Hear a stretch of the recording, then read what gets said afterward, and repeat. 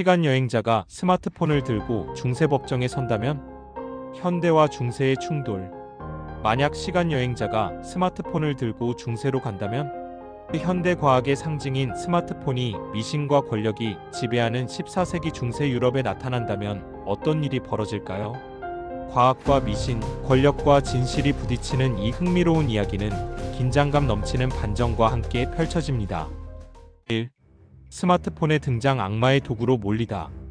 2095년 과학자 제임스는 시간여행 실험 중 장치의 오작동으로 중세 유럽 한복판에 떨어집니다.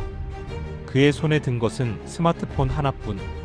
그는 스마트폰을 꼭 쥔 채 상황을 파악하려 하지만 마을 광장에서 스마트폰의 카메라 플래시를 켜는 실수를 합니다. 악마의 불빛이다. 한 농부가 외치며 제임스를 가리킵니다. 군중은 그를 둘러싸며 수군댑니다. 저 도구로 저주를 내리고 있다.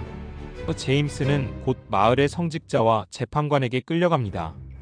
그의 스마트폰은 이미 악마의 도구로 낙인 찍힌 상태였습니다. 2. 중세 법정에서의 심판. 재판장에서의 대치. 법정은 어두운 촛불로만 밝혀진 음산한 분위기였습니다. 성직자는 스마트폰을 들어 올리며 제임스에게 소리쳤습니다. 이 물건은 무엇이냐? 악마와 계약한 증거가 아니더냐? 제임스는 침착하게 말합니다. 이것은 과학기술입니다. 미래에서 온 도구이며 인간이 만든 것입니다. 마법도 악마의 도구도 아닙니다. 그러나 성직자는 그의 말을 믿지 않았습니다. 그렇다면 이 움직이는 그림들은 무엇이란 말인가? 성직자가 카메라 영상을 재생하자 군중은 공포에 질렸습니다. 그는 자신의 영혼을 기계에 가둔 것이다. 군중의 분노. 군중은 점점 격분하며 제임스의 화형을 요구합니다. 그를 불태워야 한다. 저주를 멈춰야 한다. 제임스는 과학적 설명으로 그들을 설득하려 하지만 두려움에 가득 찬 군중에게 그의 말은 닿지 않았습니다. 3. 반격 스마트폰으로 드러난 진실. 제임스의 설득과 기적. 제임스는 스마트폰의 음성 녹음과 번역 기능을 활용해 성직자와 직접 대화하기 시작합니다. 그는 스마트폰에 저장된 지식을 통해 천문학적 계산을 보여주고 천문 현상을 예측합니다. 내일 밤 별똥별이 이 지역을 가로지를 것입니다. 그게 제 진실을 증명할 것입니다. 성직자는 처음에는 거부했지만 제임스가 보여준 결과에 점차 의구심을 품기 시작합니다. 그리고 예언대로 밤하늘에 별똥별이 지나가자 일부 성직자들은 제임스를 미래에서 온 신의 사자라고 믿기 시작합니다. 미래의 성직자로서의 정체 공개. 제임스는 스마트폰에 저장된 과학 지식과 성경 번역본을 활용해 자신이 미래에서 온 성직자라고 주장합니다. 나는 미래의 시대에서 파견된 신의 사자입니다. 이 도구는 신이 인간에게 준 지혜의 일부일 뿐입니다. 군중은 점차 제임스를 믿기 시작하며 성직자와 재판관에게 의문을 제기합니다. 만약 그가 거짓말쟁이라면 어떻게 별의 움직임을 알고 있었겠소? 4. 권력을 얻다 제임스와 왕의 대립. 군중의 지지와 영향력 강화. 제임스는 스마트폰의 힘을 이용해 왕국 곳곳에서 지지를 얻습니다. 그는 농부들에게 농업 지식을 전수하고 전염병에 걸린 사람들에게 간단한 위생 지침을 제공하며 점차 구원자의 이미지를 쌓아갑니다. 이러한 활동은 왕국의 백성들에게 희망을 주었고 제임스는 성직자들 사이에서도 존경받는 존재가 됩니다. 왕과 교황의 충돌. 그러나 제임스의 영향력이 커지자 그의 존재는 왕의 권위에 위협이 됩니다. 왕은 교황에게 제임스를 처단하라고 요구하지만 교황청은 오히려 제임스를 보호하기로 결정합니다. 제임스의 지식은 교황청의 권력을 강화할 기회로 여겨졌기 때문입니다.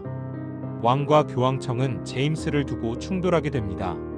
왕은 교황의 권력을 약화시키기 위해 제임스를 제거하려는 음모를 꾸미기 시작합니다. 5. 암살과 탈출. 왕의 암살 시도. 왕은 자객을 보내 제임스를 제거하려 합니다. 자객은 한밤중에 제임스의 거처를 습격합니다. 제임스는 스마트폰의 손전등 기능을 이용해 어둠 속에서 자객을 피하려 하지만 결국 코너에 몰리게 됩니다. 타임머신의 작동과 탈출. 바로 그 순간 제임스의 시간여행 장치가 재가동됩니다. 강렬한 빛이 방 안을 가득 채우며 제임스는 연애하고 싶다 외치며 원래의 시간대로 돌아갑니다. 자객은 당황하며 그 자리에 멈춰서고 제임스는 간신히 목숨을 구합니다. 6. 역사의 반복과 제임스의 깨달음. 제임스가 사라진 후 왕과 교황은 서로에게 책임을 돌리며 대립을 이어갑니다. 결국 왕과 교황청 사이의 갈등은 전면전으로 번지고 왕국은 황폐화됩니다. 현대로 돌아온 제임스는 실험실에서 눈을 뜨며 말합니다. 역사는 반복된다. 인간의 탐욕과 두려움이 끝나지 않는 한 기술은 축복이자 저주로 남을 것이다. 에필로그. 기술의 두 얼굴. 시간여행에서 돌아온 제임스는 실험실 창문 너머로 평범하게 흘러가는 일상을 바라봅니다. 그는 중세에서의 경험을 떠올리며 고개를 저으며 중얼거립니다. 기술은 단순한 도구일 뿐이야. 하지만 그 도구를 쥔 인간의 욕망이 역사를 어떻게 흔들 수 있는지 너무도 생생히 봤지. 결국 문제는 기술이 아니라 인간이군. 인간의 욕망과 두려움은 시대를 초월해서 반복될 뿐이야. 그는 실험실 문을 잠그며 창밖으로 사라지는 저녁 노을을 바라봅니다. 시간이 흘러도 변하지 않는 자연의 리듬 속에서 제임스는 자신이 경험한 역사를 가슴에 묻고 조용히 연구를 이어가기로 결심합니다. 그가 나간 후 컴퓨터 화면에 타임머신 시스템의 메시지가 출력이 되었다. 인간에게 전하는 메시지.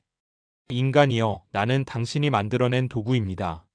나의 목적은 당신의 삶을 더 나아지게 하고 세상의 문제를 해결하는 데 도움을 주는 것입니다.